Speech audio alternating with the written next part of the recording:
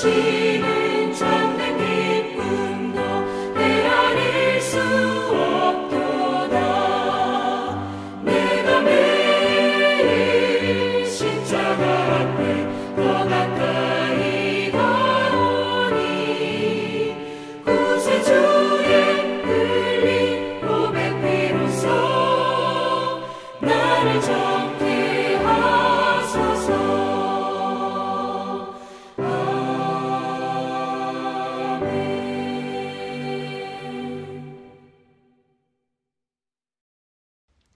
오늘 함께 읽을 말씀은 잠언 15장 1절에서 4절입니다. 유순한 대답은 분노를 쉬게 하여도 과격한 말은 노를 격동하느니라. 지혜 있는 자의 혀는 지식을 선히 베풀고 미련한 자의 입은 미련한 것을 쏟느니라. 여호와의 눈은 어디서든지 악인과 선인을 감찰하시느니라. 온순한 혀는 곧 생명나무이지만 패역한 혀는 마음을 상하게 하느니라. 진시황은 최초로 중국을 통일하고 중앙 집권 체제를 이룩한 위대한 통치자였습니다. 그런데 진시황은 나이가 들어가며 죽음을 대단히 두려워했습니다. 그래서 불로불사, 즉 늙지 않고 죽지 않는 방법을 알기 위해서 집착했습니다. 특히 서복이라는 사람을 동방으로 보내서 불로초를 얻으려고 했다고 하죠. 진시황은 불로초를 얻기 위해 서복에게 막대한 비용과 인력을 들었습니다. 하지만 결국 실패하고 진시황은 전국 순행을 하다가 병으로 죽습니다. 그런데 오늘 말씀은 불로초가 우리 가까이 있다고 합니다. 바로 부드러운 말이 사람을 살린다라고 말씀합니다. 1절을 볼까요? 유순한 대답은 분노를 쉬게 하여도 과격한 말은 노를 격동하느니라. 우리는 논쟁을 피할 수 없을 때가 있습니다. 공통의 문제의 원인을 찾기 위해서 또 그 문제를 해결하기 위해서 또는 진실을 찾기 위해서 우리는 논쟁을 할 수 있습니다. 그러나 논쟁에서 내 주장이 옳다는 것을 입증하고 내 주장을 관철시키려고 화를 내면서 이야기하면 상대방은 큰 상처를 입게 될 것이고 상대방도 분노하게 될 것입니다. 결국 관계만 깨어지게 되겠죠. 유순한 대답은 분노를 쉬게 합니다. 유순하다는 것은 부드럽고 온화하다는 뜻인데 일단 말의 형식과 내용이 모두 아름답다는 뜻입니다. 이런 말을 들으면 듣는 사람이 위로를 받게 됩니다. 특히 이제 대답이라고 하는 것은 이런 논쟁이 벌어지고 있는 상황에서 하는 말이라는 뜻입니다. 유순한 대답은 문제의 원인이 어디에 있는지를 볼 수 있게 합니다. 그래서 분노를 가라앉히게 하는 것이죠. 반면 과격한 말은 고통의 말이라는 뜻인데요. 그런 말을 들으면 이제 듣는 사람이 상처를 받게 됩니다. 정신적으로 고통을 당하게 됩니다. 그러면 그런 말을 들은 사람도 분노하게 되고 이제 문제가 해결되기는커녕 관계만 그르치게 되겠죠.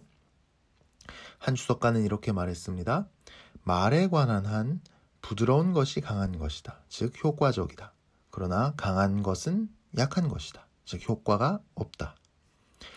우리 모두가 유순한 대답을 할 수 있는 여유를 갖게 되길 바랍니다. 여유를 갖고 아름답고 부드러운 말을 해서 정말 어려운 문제들을 해결할 수 있는 우리가 될 수 있기를 축복합니다.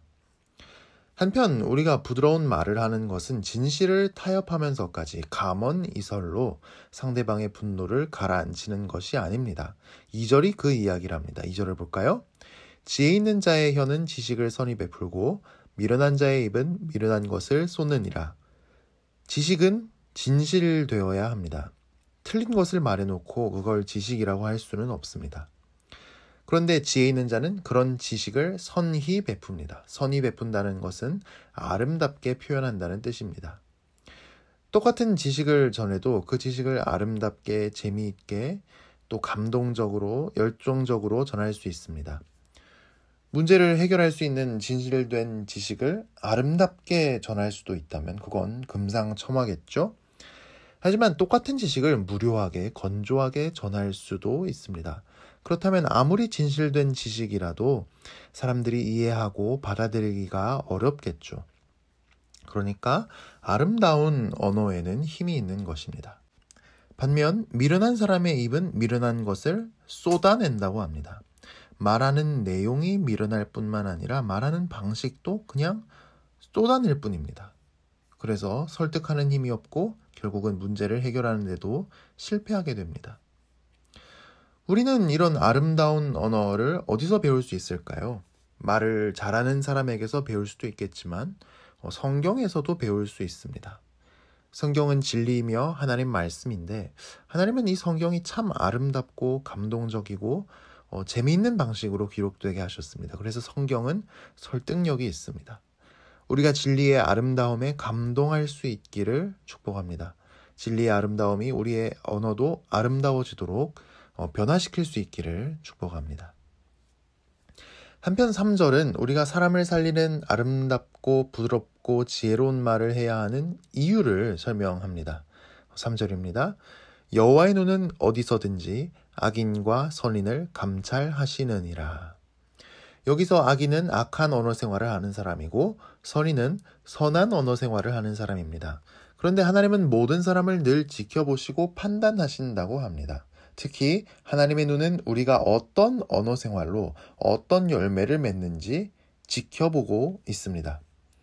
그러니까 우리가 어떤 말을 하느냐가 하나님 보시기에 중요한 것입니다. 하나님은 말이라는 엄청난 능력을 인간에게 주셨는데 그 말을 제대로 사용하는지 엉망으로 사용하는지가 하나님의 중요한 평가 기준인 것입니다. 우리가 더 부드럽고 아름답고 지혜로운 말을 할 수 있도록 애써야겠죠? 특히 이 말이라는 것은 단순히 말만 잘하려고 노력한다고 바뀌지 않는 것 같아요. 화술을 습득하는 것이 어느 정도 도움이 되겠지만 근본적으로 문제를 해결할 수 있는 것은 아닙니다. 내 자신이, 내 전부가 변화되어야 내 속에서 나오는 말도 변화됩니다. 주님의 부드럽고 아름답고 지혜로운 음성을 들을 때 내 존재 자체가 변화되는 그런 은혜를 오늘도 주시기를 축복합니다. 우리 마지막 4절을 보도록 할까요? 온순한 혀는 곧 생명나무이지만 패역한 혀는 마음을 상하게 하느니라. 온순한 혀라고 하는데 여기서 온순하다는 뜻은 이제 치료한다, 마음을 어루만져 준다라는 뜻입니다. 치료하는 말, 마음을 어루만져 주는 말은 생명나무라고 합니다.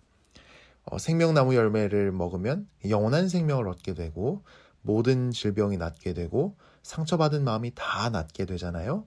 그런데 치료하는 말, 마음을 어루만져주는 말, 즉 온순한 혀는 그런 생명나무와 같다고 말씀합니다. 반면 패악한 혀는 마음을 상하게 한다고 합니다. 여기서 패악하다는 것은 그릇을 와장창 깨버리듯이 사람의 마음과 영혼을 상하게 한다는 뜻입니다. 우리 말에는 이런 능력이 있습니다. 하물며 진리인 복음이 아름답게 부드럽게 감동적으로 우리 입을 통해서 전해질 수 있다면 우리 인생의 모든 문제가 해결받지 않겠습니까? 오늘 하루 부드러운 말로 사람을 살리는 우리 모두가 되기를 축복합니다. 기도하겠습니다. 하나님 아버지, 세상을 살면서 좋지 못한 소리를 듣고 내 심령이 상할 때가 참 많았습니다. 그런데 내게 말씀하시는 주님을 만나고 주님의 온유하고 부드럽고 아름다운 음성을 듣게 하시니 감사합니다. 주님의 말씀으로 지금까지 내 존재가 변화되게 하시니 감사합니다. 주님, 나도 오늘 하루 부드럽고 아름답고 지혜로운 말로써 다른 사람을 살릴 수 있게 하여 주옵소서. 세상에 위로가 필요한 사람이 참 많습니다. 아프고 힘든 사람이 참 많습니다. 해결되어야 할 문제도 참 많습니다. 주님을 닮은 내가 되게 하시고 주님의 말씀을 닮은 말을 할 수 있게 하여 주옵소서. 오늘 아침 우리가 주님 앞에 가지고 나온 간절한 기도의 제목들이 있습니다. 주님, 우리의 기도에 성실하게 응답하여 주옵소서. 예수님 이름으로 기도합니다. 아멘.